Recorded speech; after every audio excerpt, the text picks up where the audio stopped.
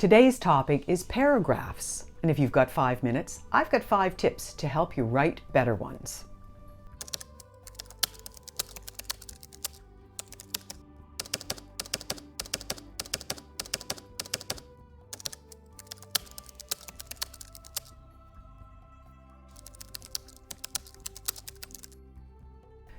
Paragraphs are the building blocks of prose. It doesn't matter what you write, whether you write fiction or nonfiction, in what genre.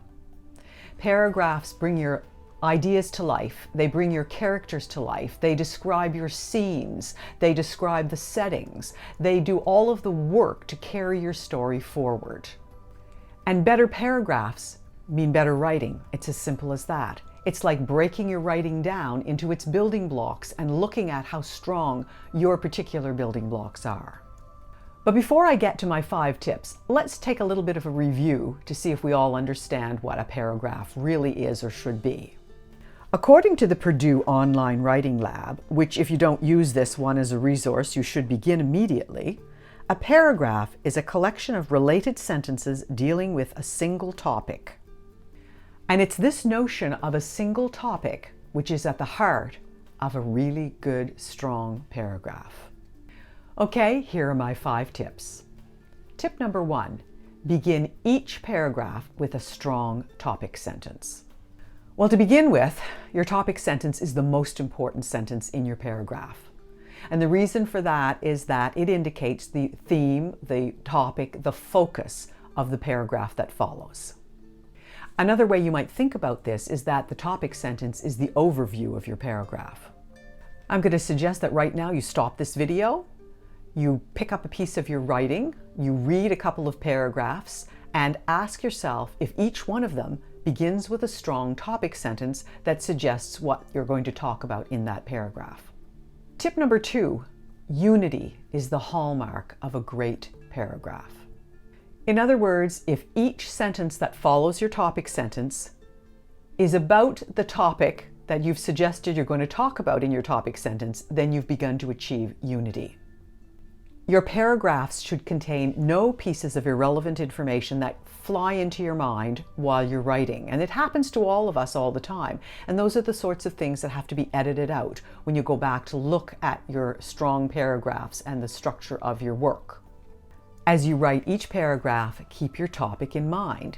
This means sort of staying awake and paying attention to your writing. Tip number 3, great paragraphs are coherent. Well, I can't tell you how many times I've written the word incoherent in the margin of a paper that I was marking or a piece that I was editing for someone. Incoherence is probably the most common problem I've ever seen in reading other people's writing. A paragraph that achieves unity, as we talked about before, and you have everything focused on the same topic area, but presents those ideas in an illogical, incoherent sequence, that's why we call it incoherence, is problematic and is not a strong paragraph.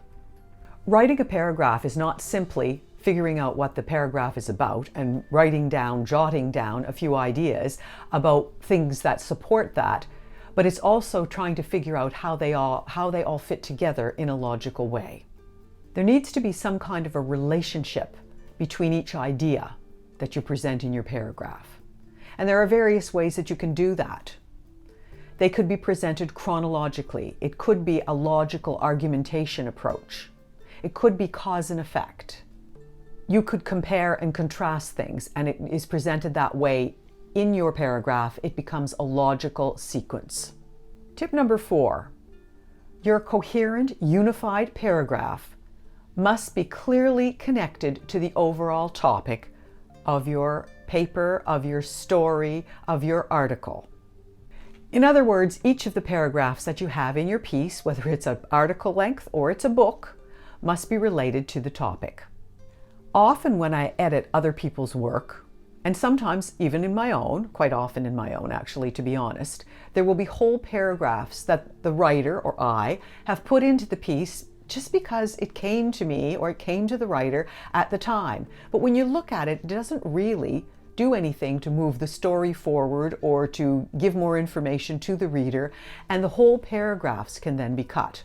And this is part of what goes on during the editing process. An editor will look for those paragraphs that don't fit in with the overall topic, that don't contribute to it in any way, and that slow down the storytelling or slow down the information giving.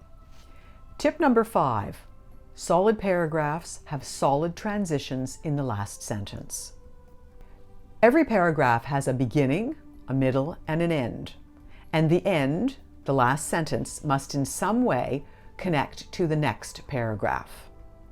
I'm sure you've had this experience. You're reading along in a book or a story or a magazine article, and at a certain point you kind of feel a bump.